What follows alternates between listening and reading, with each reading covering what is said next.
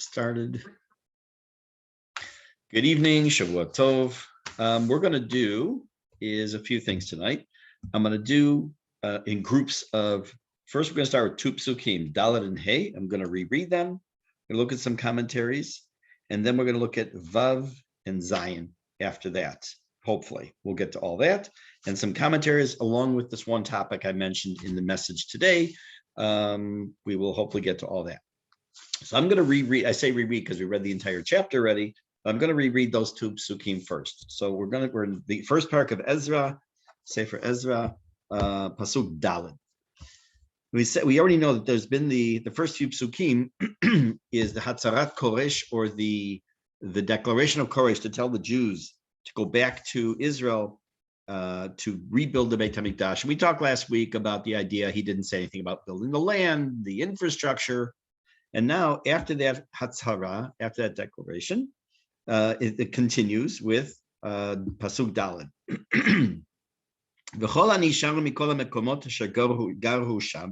And all those who remain, who live there, I'm going to talk about these words shortly. Yinasuhu anshe mekomo, the people of the place. In other words, the people who are remaining behind and are not going to go to Israel, literally means they should lift them up. It also could mean that they should laha'anik these people, to invest them with, to give them bechesef uvezahav, silver and gold, uvirchush and materials, uvivhema and livestock, imha nedava, in addition to the pledge or the donation, the Veit Elokim asher b'Yerushalayim. Now, besides the money or anything else, they decide that they're going to give as a gesture, so to speak, to be given and brought in the Beit HaMikdash itself. Besides that, they also had to give people the wherewithal to travel for food, for provisions. Pasuk Hey, just do one more pasuk. So that's the end of the declaration, or what's known as Hatzarat Koresh. Hey, number 5. So that leaders, the heads of the tribes of Yehuda and Binyamin, remember, Yerushalayim spans those two tribes. The leaders got up, the Kohanim and the Kohanim Leviim, the Chol Heir Elokim, all those to whom Hashem had awoken them, La'alot livnot et Beit Hashem asher b'Yerushalayim. So the heads of Shevet Yehuda, the Shevet and Binyamin, the Kohanim and Leviim, and a lot of people. How many we will see in the next chapter? What kind of people? We'll see in the next chapter. But for right now, we have this idea that on the one hand, Koresh makes this declaration, the Jews are free to go. He also says those who do not go, we discussed last week some of the reasons, some legitimate, some not, that they didn't go. Just as an aside, Mark had suggested, we talked last week that some said that they were not going to go because, as people today say, oh, well, wait, first of all, it's a non-Jewish person who opened the doors for us, and therefore we're not going. That's one of the reasons. But Mark had an additional thought that maybe they said that because it was a non-Jew, that it was their fault that they were in Galut. Remember, it was them or their parents' fault for all the disaster that took place 70 years prior. So they didn't feel worthy yet that the proper tshuva had been done because it was a non-Jew that was telling them to go. But rather, had it been a Jew, maybe they would have gone. This is what Mark had suggested to me outside of class. I told him I didn't see that anywhere, but it's a possibility. We really don't know anything for sure. But I like the idea. It's a possibility. So again, the Hatzara, the declaration was get up and go. Those who can't will support them, supply them with items. And then it says certain groups did go. Okay, again, without any details yet. So what we're going to do, I want to take a look at first one part of a slide. I'm going to start right here. So I even figured out how to put a circle around where I'm going to start, where it says Asher. If you look at the Pasuk, at Pasuk Daled, and it's kind of strange wording. It says, all those who remain in all the places, Asher hu gar sham, where he lives. What does that mean, Asher hu gar sham? So the Dat Sofrim tells us, Milim elu hanirot k'mutarot. These words appear to be extra. Hein kanireh b'chavana gemura, but rather they are actually with very specific intent. According to the law, that those who live in a certain place, they have a requirement to help those in their place, in their city, who are in need. On the condition he is considered only a person who is a resident of that city. And they do not have to have the people who do not officially live there and are not citizens, so to speak, or residents rather, do not have that same responsibility. So he's saying that what it says Hasher Hu Gasham is that there could be people who were temporarily living in these cities who were not necessarily required by the king to help the Jews as they made Aliyah. But I think it's also important to note that this has this idea is actually in halacha. We know that if you take a look at one of the first simanim in Shulchan Aruch that deals with Pesach, the topic is ma'ot chitim, money that had to be set aside to be used for purchasing, especially for the poor people, for wheat to make matzah. And the question is, then everyone has a responsibility to share in that mitzvah. Question is, who has that responsibility? So it says in halacha that it has to be somebody who's at least lived there for 30 days. There are other areas of halacha where 30 days is a rule as well. I'll give you just one other example, and there's a difference between Israel and Chutz La'aretz.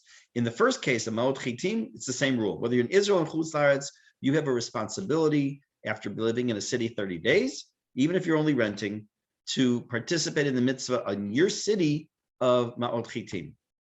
When it comes to halacha, and this, by the way, is a misunderstood halacha, which is why I'm glad I'm mentioning it. When it comes to putting up a mezuzah in Chutz La'aretz, if you rent a house or rent an apartment, you have 30 days in which to put up a mezuzah. If you buy a house or an apartment, you have only 1 day to put it up. In Israel, that distinction is not made.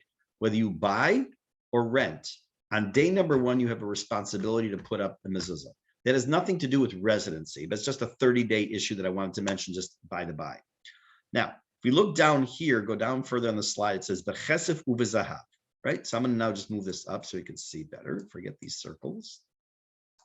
B'chesef u'b'zahav. So it said to help them with gold, with silver and gold and all kinds of other materials and with animals. Hadrisha hi gedolah.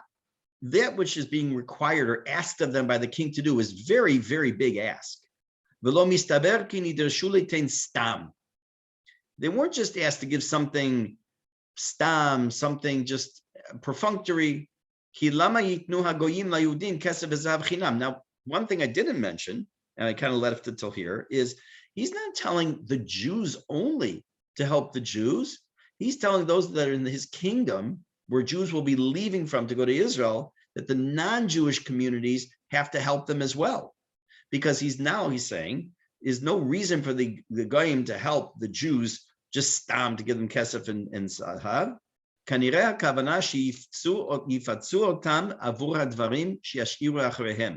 That the idea was that they would be reimbursed for that which would be left behind.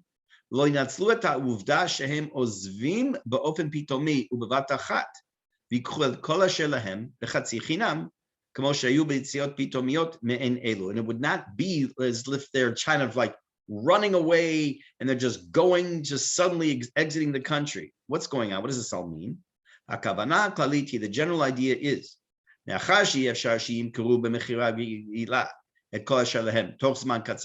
these families who were not going to be able in this very brief time, who were going to make aliyah, easily just sell everything they had. It was actually a form of pitzuyim. Pitzuyim, I'm not sure, I don't remember how to say it in English. But compensation. Compensation, thank you. There's a form of compensation for these people who are having to listen to the king's command to up and leave pretty quickly. And the non-Jews then, in a sense, is potentially they'd be able to get some of their property now. But that which has been left behind. In the meantime, they're participating in this entire movement. But it's more than that. It says rechush. I'm kind of going through this one quickly because I want to get to this main point. Then when it says rechush or property or things, it means more than just silver or gold. Bigadim, maybe most likely it was clothing. We're going to see this is borne out in one other pasuk coming up. And it tells us to see Sefer Daniel. V'chein kanireh kavana. And so too it appears that the intention was sheyitnu. Oh, I didn't finish the sentence there. Let me just tell you from my book. Sorry, I cut it off. Oh yeah, there's only one more line. Sheyitnu lahem mikol ma sheyesh lahem ubilvad sheyitnu v'lo yehu kiplitim borchim. The idea was that Koresh was not telling them, he was telling them not only to compensate them for what might be left behind and the non-Jews might take, but in addition to that, he wanted it to be a matana, a present to them also, so that it should not appear like they're just refugees running away from town. It was a psychological, it was a financial, it was all kinds of things that the king had in mind when he was involving not only the Jews helping the Jews, but also the non-Jewish world helping the Jewish world. But it was only those who had residency for at least 30 days in that particular area of his kingdom. So now, excuse me, Rabbi, yeah. He actually asked the non-Jews to give. Correct. From the beginning, because correct. That's not what I. No, it's not clear. It's not clear from this. But and one of the things I mentioned early on when we went through the chapter the first time was I even mentioned that there's differences of opinion as to when he tells people. It says in this pasuk on Dalet, whether it's just the Jews or it's the Jews and the non-Jews. Most seem to indicate, including the Dat Sofrim, which we just read, it's both. Some say it's only the Jews. It was only their responsibility. No, I just want to know if he was asking the Goyim, what would be the reasoning behind that? I mean, we understand why people in the Bible Belt from America give to Israel, but what would be the motivation for just regular people from Bavel who really didn't have much of a connection with Israel to help Israel go back and build a Beit HaMikdash? Fine, correct. It was also in order to remember that Israel is part of his kingdom. Right, he rules over Israel. So by doing something that's for one of his subgroups of citizens, something magnificent, that he wanted the people of his kingdom to participate in that, enabling of that to happen, because it was only strengthening his own kingdom. At least it would seem that way. Again, according to others like the Dat Sofrim, that necessarily doesn't even play into it, but rather it's the idea of the optics, for lack of a better word at the moment. One, the Jews shouldn't just look like they're running away, and then the non-Jews are maybe going to take some of their property.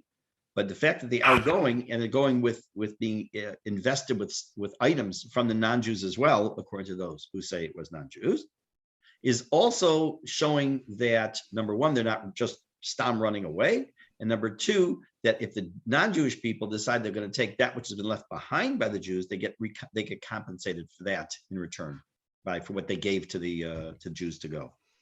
Okay, great, thank you. Okay, you're welcome.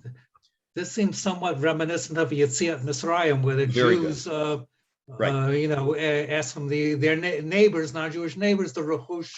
Correct. Very good call. There's one major difference, and that's a word. If you look at pasuk. Let me see if I can find it.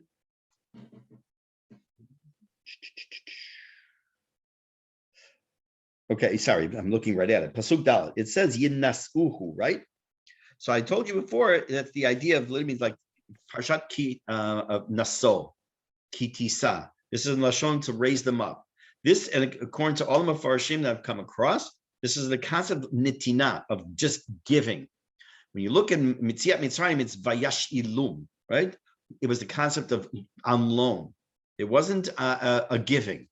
And there were reasons, as we'll see in about 2 weeks, 2.5 weeks now, about on Shabbat, or a little bit more, in Parshat Bo, when the Jews leave, it's only my bar mitzvah parsha, so I remember.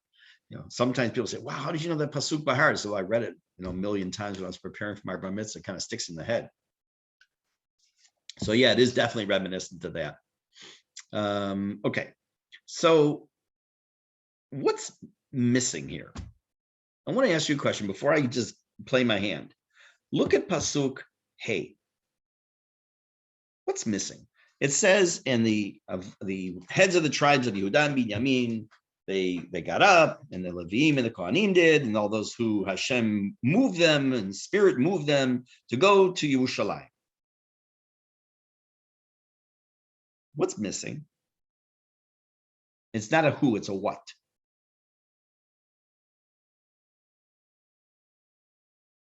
So let me change the question. Lahavdil. For those of you who don't understand what that expression means, you hear it a lot. Literally means to distinguish. But what you generally are trying to do when you say lahavdil is to take something holy and compare it to something that's not holy. So lahavdil, when Trump, forget what you think about him, it's immaterial at this moment.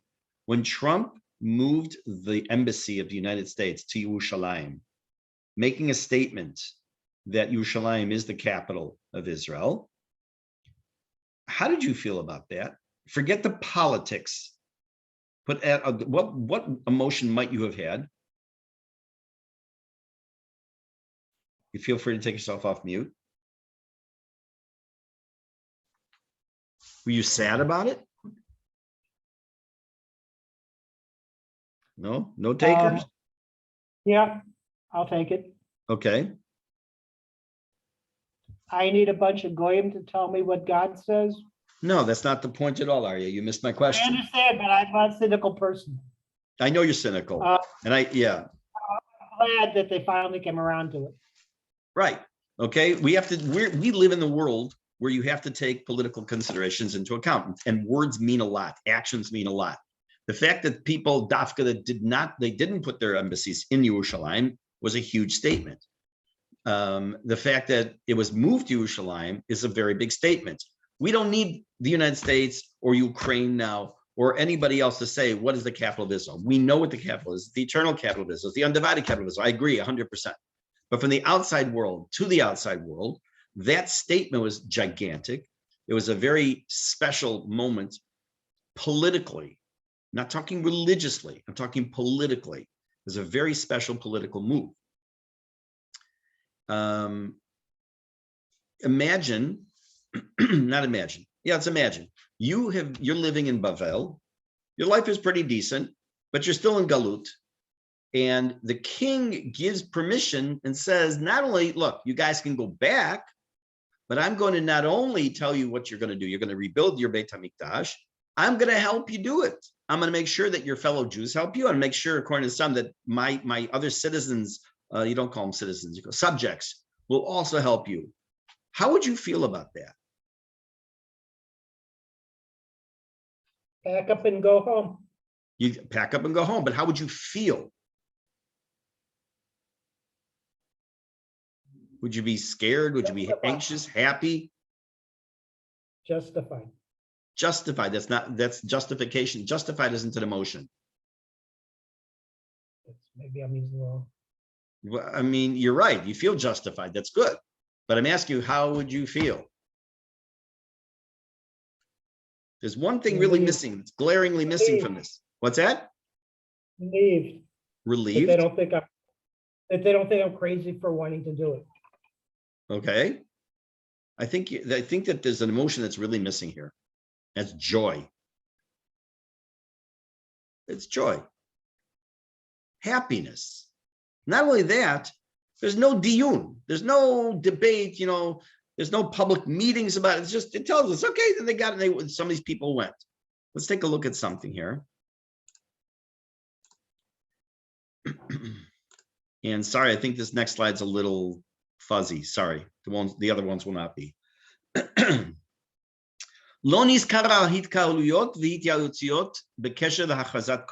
is no record here, in this Perek at least, where there's any mention of any gatherings, discussions, what are we going to do, how are we going to do it?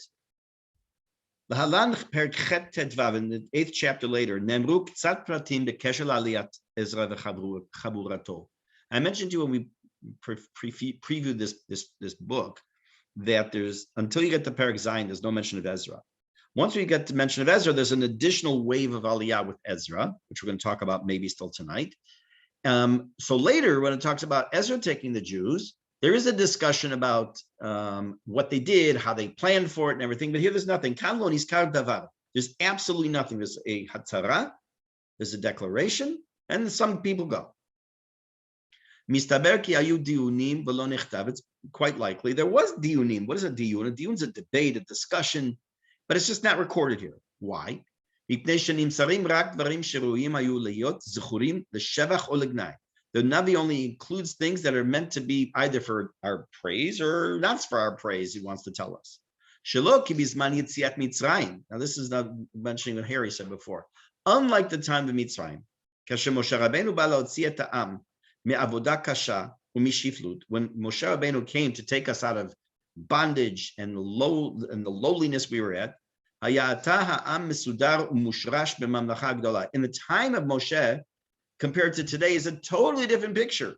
The time of Moshe, they were slaves. There was a tough life. Here, relatively speaking, life was good. They were settled in the kingdom, a very big kingdom. There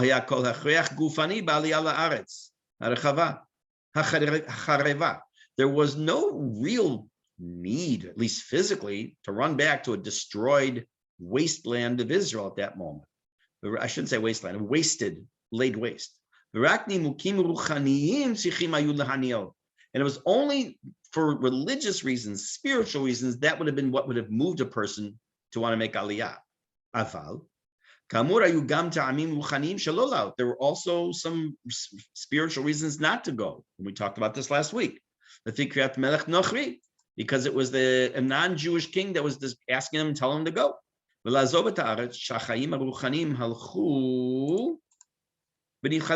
were actually getting pretty good in the land of Bavel, in their ruchaniyut, in their spirituality. There was problems. There were people who were concerned about going to a land that had been laid waste. And a lack of security. Look, it's the same thing he's here today for many people. I shouldn't say today necessarily. Go back 50 years, 40 years. I go, but look, it's tough. It's tough to make aliyah. It's hard. The land isn't so good. Go back to the first wave of aliyah, the late 1800s, for sure. Disease and all kinds of problems. Okay. And even if they believed that spiritually that's where we belong, there were people who said, nothing to do, we're not going. Okay, therefore. There are many who did not respond to the call, and they just sat by on the sidelines waiting to see what would happen. Elu shalu, those that made aliyah in this first wave, and we'll see their names in the next chapter. Hayu giborei ruach, they were spiritual heroes. And even so, when they came to Israel, we're going to see when we get to Sefer Nehemiah that they had all kinds of complaints when they got there. Me'idach, on the other hand, it's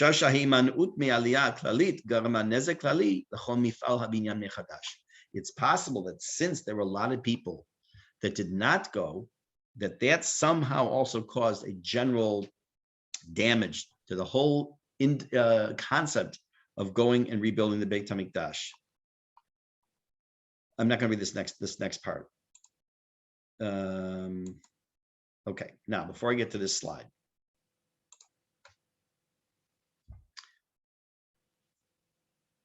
take a look again at Pasuk Hey, something that I glossed over real quickly.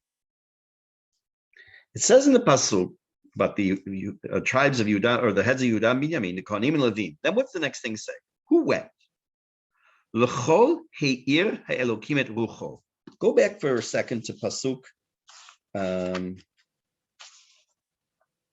Aleph. Go to the very beginning. Pasuk Aleph. Uvishnas achad leKoresh melech Paras, in the first year of the rule of the king of Persia, Koresh, king of Persia, Lichlot dvar Hashem mipi Yirmiyahu, when the word of the Yirmiyahu came to fruition, he'ir Hashem et ruach Koresh melech Paras. We said back then when we talked about this pasuk, we said it wasn't that Koresh had necessarily, he didn't have nevuah, but somehow he was invested somehow with some form of either ruach hakodesh or some message that he got. We also said that it possibly is only based on the nevuah in Yeshayahu, but we use this idea of the word he'ir. It means he was awoken. I went to use this word the other day. I can't remember the right way. He was woked up. But now take a look at our pasuk Dalet. What does this mean? For all those whom Hashem's spirit woke them to go and build the Beit HaMikdash. Something strange. It sounds like, if you look at the words, that there are those to whom Hashem kind of came to, not in a nevuah, but some kind of feeling that came to them from Hashem, that they should be going to go build to Beit HaMikdash. Why them? What's special about them? Now, before we answer that question, we're going to look at a pasuk, two psukim back from Shmuel Bet, that many of you will remember, because not only we learned, some of you learned this with us to meet before, but also I've made reference to this in other classes. Avshalom, who's at war with his father David, is trying to get the feel of what he should do next. And he has two people giving him advice. One was Hushai Ha'arki, and the other was Achitophel, who had actually switched sides from David to Avshalom. Vayomer Avshalom v'chol ish Yisrael tova atzat Hushai Ha'arki me'atzat Achitophel. There were these two different opinions, forget what they are, it's not important now, of how to go to battle or whatever it is going to be. And everyone said, including Avshalom, that the idea of Hushai was better than Achitophel. However, Hashem tziva lahafer et atzat Achitophel hatova, v'avur havi Hashem el Avshalom et hara'a. Technically, Hashem, the Navi, is telling us that technically, Achitophel's idea was better. It was better. But Hashem inserted himself into the story, made sure that Avshalom took the advice of Hushai, which was bad advice, or at least poorer advice. And by doing so, the next steps happen, which eventually Avshalom, of course, is killed in battle. Hashem inserted himself when he needed to insert himself. Now, Hashem is always there, obviously. But we also have what's this idea, of course, in Judaism, of Bechira Chofshit, of free choice. So what's going on here in this pasuk when it comes to the word Hashem Hi'ir? So let's take a look at what the Dat Sofrim says. Hakavan nir'et du mashma'it. This expression seems to be a double meaning. V'romezet al darkei hasiua ha'elyon b'chol et, and also gives us this idea of this help from above at all times, which we would call siyata dishmaya, which is Aramaic for help of the heavens. Hayta b'rei elyona nisteret. There was this hidden choice from God. Mi ya'aleh la'aretz. Who will actually go on Aliyah in this first wave? Umi yishaer bevavel. Who will remain in Bavel? Ki yesod la'atid am Yisrael ba'aretz zo. V'gam mipnei she'Hashem lo chafatz bahem. Who's going to remain behind? Who's going to establish this next stage of the future of Israel? Who's going to stay behind? Because they are not whom Hashem wants now to go.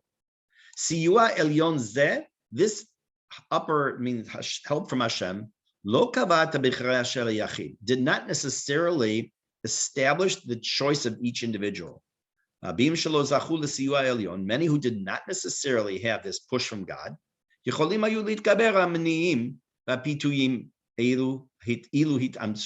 many of those people who did not necessarily go could have maybe, if they didn't have the push from Hashem internally, had they overcome the internal struggle they had of, well, I like my big house and I like my car. Had they been able to overcome that, they still would have gone. But they didn't. Those who went on this first wave were only those, apparently, who received this heavenly push. But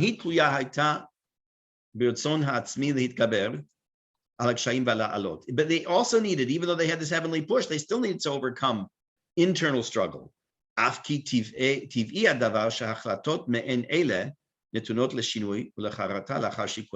though it's very natural that people could have changed their minds. What's going on here? That's Zofrim's opinion, and I honestly didn't see this anywhere else. His opinion, and I didn't check every single one of the Harshanim, but he's the only one I saw this in, was when it says that those that He'ir Hashem, is that actually Hashem, just like in the time of Avshalom, Achitophel, and Hushai, Hashem decided whom he wanted to be those who made Aliyah at this point, and put this extra spirit thought into them that they wanted to do it. that did not determine for sure they were going to do it. Just like someone who didn't necessarily get that feeling could have overcome his desire to stay behind and gone on Aliyah, so too someone who received this extra push could have changed his mind and just said, I'm not going to go. It's too difficult. But what really is happening here? We have this general rule. When I say we, I mean there is a general rule in Jewish philosophy, and especially throughout Tanakh, that Hashem allows events to take place, to transpire, based on the idea of bechira chofshit, or free choice, unless it goes against his grand plan. Let's assume for a moment, it's an extreme example. Let's assume for a moment that Mr. X, who lives down the street, is going to be the one who's going to find the cure for cancer. And Mr. Y plots to kill him. Well, it would be his free choice to do so. But because it's not going to help Hashem's grand plan, because for whatever reason, that's the guy that has to find the cure for cancer, something's going to happen and he won't get killed. Now, we won't know that. It's not like someone said, oh man, I could have killed him, but if it weren't for the fact that he's going to be the one who finds the cure for cancer. We're never going to know that. But we see all the time, all of us, and if you open your eyes, you see it constantly. In hindsight, from some things, the decisions that we make on a daily basis, some that are very minor and trivial and sometimes very major, in hindsight, we see why we decided certain things. When, like, why did I even think to do that? And I've given examples, and we were doing the Kuzari class, multiple examples over the years, me personally, that I saw of, I never even thought to do that yet. And it turns out this is, I saw in hindsight why I did that. Okay, so Hashem is moving the chess pieces around, but at the same time giving us our opportunities to our free choice. Hashem wanted to build a tashtit. He wanted to build an infrastructure of Jews who were going to go to Israel who would be helpful for that first stage. Now, can I say that in the Chivat Chovevei Tzion and the idea of Bilu, Beit Yaakov Lechuv Elcha, and all these original early Aliyah movements were these type of people driven by Hashem's inner force as well? And I don't know, maybe. But the idea is that we do believe that when we're talking about the history of Am Yisrael, we're talking about major movements of Am Yisrael, that there is, Hashem is involved so that it turns out to be his plan. Let's assume for a moment, make up some, that the people that decide that they're going to go on Aliyah are not so nice, they're not so good, they also don't have much drive, they are lazy. Well, that's not who you want to be going. You want people who have a drive, who have a religious fervor, who say we have to do this for Hashem, almost the Mila Hashem Elai. So Hashem gives them this extra push. Again, according to Dat Sofrim's approach. It does not go against free choice because, as he concludes, he said, I'm sorry, he says that they still could have gone against that push. Yes, Arnold. I find that very difficult. I mean, That's fine. The whole subject is discussed in reference to Pharaoh. Okay, how God's made his heart stubborn. And the general opinion is that God enabled him to do what he wanted to do anyway. However, and what you're saying here is God makes people do things which they don't want to do. I find that very difficult. No, Hashem in a general way does not. Only in a specific case when it has to meet part of his plan, but at the same time gives them the opportunity to, quote, override that. Now, what happened by Paro? I've mentioned this before. This is the Vilna Gaon, I believe, is the Vilna Gaon said. Didn't Paro seem to not have a choice anymore? He took away his free choice, right? He hardened his heart every time. He forced his hand. Where's his free choice? He wanted to do what he wanted to do, but just God enabled him to be able to do it. Okay. So on the one hand, you could say he didn't have free choice because God made it easier for people who wanted to go. But to take someone who didn't want to go and God sort of turned them around so they did want to go, I find that very, very difficult. That's fine. I'm just telling you what Dat Sofrim's opinion is. It doesn't mean that everyone agrees with that. When it comes, by the way, you're right. When it comes to that entire topic of free choice and what Hashem does and doesn't do, it's a massive body of literature, as you know, on that whole idea. And it does not need to be accepted. But I'm going to go back to what you mentioned, though, about Paro, that it seems that Paro's free choice was taken away from when Hashem hardened his heart. right? He said, I'm gonna let them go, and then Hashem hardens his heart, and boom, he does nothing. So What? God made it easier. God made it easier to do what he wanted to do. What do you mean? I don't understand. He wanted to do what he did to start. He didn't want to let the people go. Okay. Right. But God made it easier for him to be able to keep to that decision. To let them go? No, not But if to he let made them- it to make it easier, he wouldn't have hardened his heart. Wouldn't he? If he wanted to make it easier for him, he wouldn't have hardened his heart. Because once he decided, okay, just get out of here, then that would have been it. By hardening his heart, he made it harder for him to make that decision. I made it easier. Okay.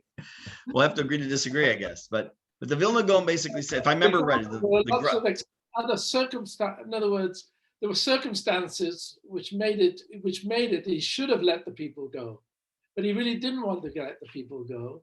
So God allowed him to be able to ignore all of those other advice of all his advisors and such, so that in fact he was able to do what he wanted to do, which is not to let the people go.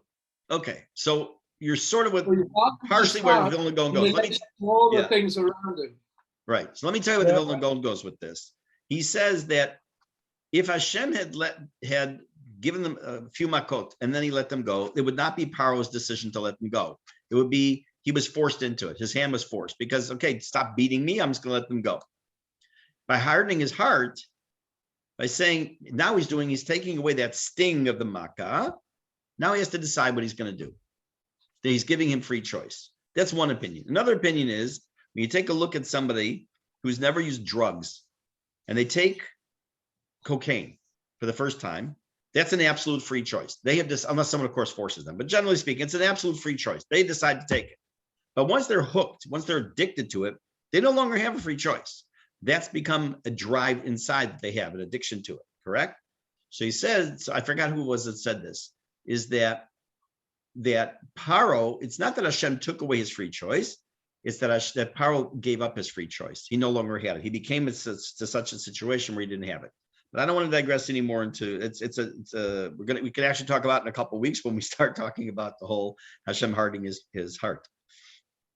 Rabbi, Yes, if I could have a minute. even more than a minute. I was somewhat involved in the Aliyah of Jews from Russia, the former Soviet Union to Mali to Maine. right? The difference between coming in 88, 87, 88, 89, 91, those are people who really wanted to be here. Mm-hmm. By 91, 92, I began to see people coming. We were really not sure why we're coming. Our friends are all here, so we decided to come. Can we keep our Soviet citizenship when we're here? Can we go back and forth? There's a difference in the ruach between the first 3 years and let's say the last 2 years of it. Mm-hmm. That could be what we're talking about here. I don't know. Possibly. I don't know if you. Possibly. Look, the same thing can be said about the people who made Aliyah in the early 50s and people who make Aliyah today. People who came, right after the war, even was still Mandate Palestine. People came then versus today, and yeah, things changed. The reasons people make Aliyah change. What moves somebody, also, sometimes it is something they see politically. Sometimes it's just the connection to the land. Sometimes it's because they want to move because of family. Everyone has their reason, but when you talk about in large numbers, unfortunately, many people came on Aliyah early on as an escape to run away. I mean, still, it's good that they came. Now, most Jews are not coming at the moment. It may change. They're not coming because they're right now. They're not coming because they're running away to escape major political problems. Some, yes, but it's not a wholesale issue yet. But I'll tell you how bad the situation is getting in the United States right now. Not necessarily just for the Jews, but for everybody. I saw an article yesterday. I think it was Los Angeles, but I don't remember for sure. It showed a bunch of cars parked overnight with their trunk open, the kind that's like an SUV. So if you open your trunk, you just have access to the inside of the car. They left their trunk, their back doors open Why? Because they figure if they're going to get robbed and they're going to steal their stereo, whatever else they're going to steal, at least they won't have to smash the windows. They have less damage to the car. It's unbelievable. And now the companies, the big chain stores that were donating millions to BLM, Black Lives Matter, and calling for defunding the police, now they're calling on the police to police them better. Okay, you got all kinds of problems. Those aren't just Jewish problems. It's a whole country problem right now. So whatever's going to be the driving force for the next wave of Aliyah, we'll have to wait and see. I don't know. I am not Navi as opposed to whom we are discussing now. I want to look at one more item here briefly. No, why won't it let me share? Oh, it helps if I click on the button.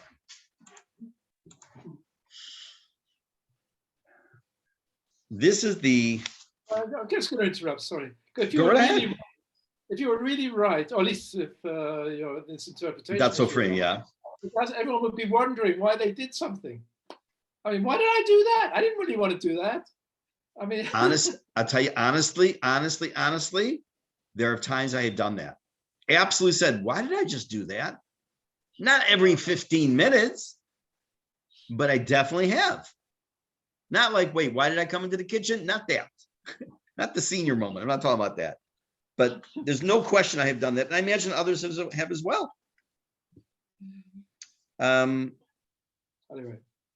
Actually, you know what? This next one I'm going to leave to next time, because what I want to discuss next time has to do with the items they took, and then the involvement of Koresh when he opens up the storehouse of the items that Nebuchadnezzar Yamach Shemo had brought when he laid waste to the Beit HaMikdash. That you'll see that the word lehotzi, or to take out, is mentioned 3 times very quickly, and why that is. Why did he take these things? Why mention the word lehotzi so many times? And then there's a brief accounting of all the items that he took out. We should hopefully get through that and the last few psukim of the Perek, I would imagine, next week. Ezrat Hashem. In the meantime, I will wish you all a Shavua Tov. And for those of you here in Israel, that this major storm that's coming our way, the Carmel, let's just all stay safe. Have a great evening. Thank you, Rabbi. Thank you.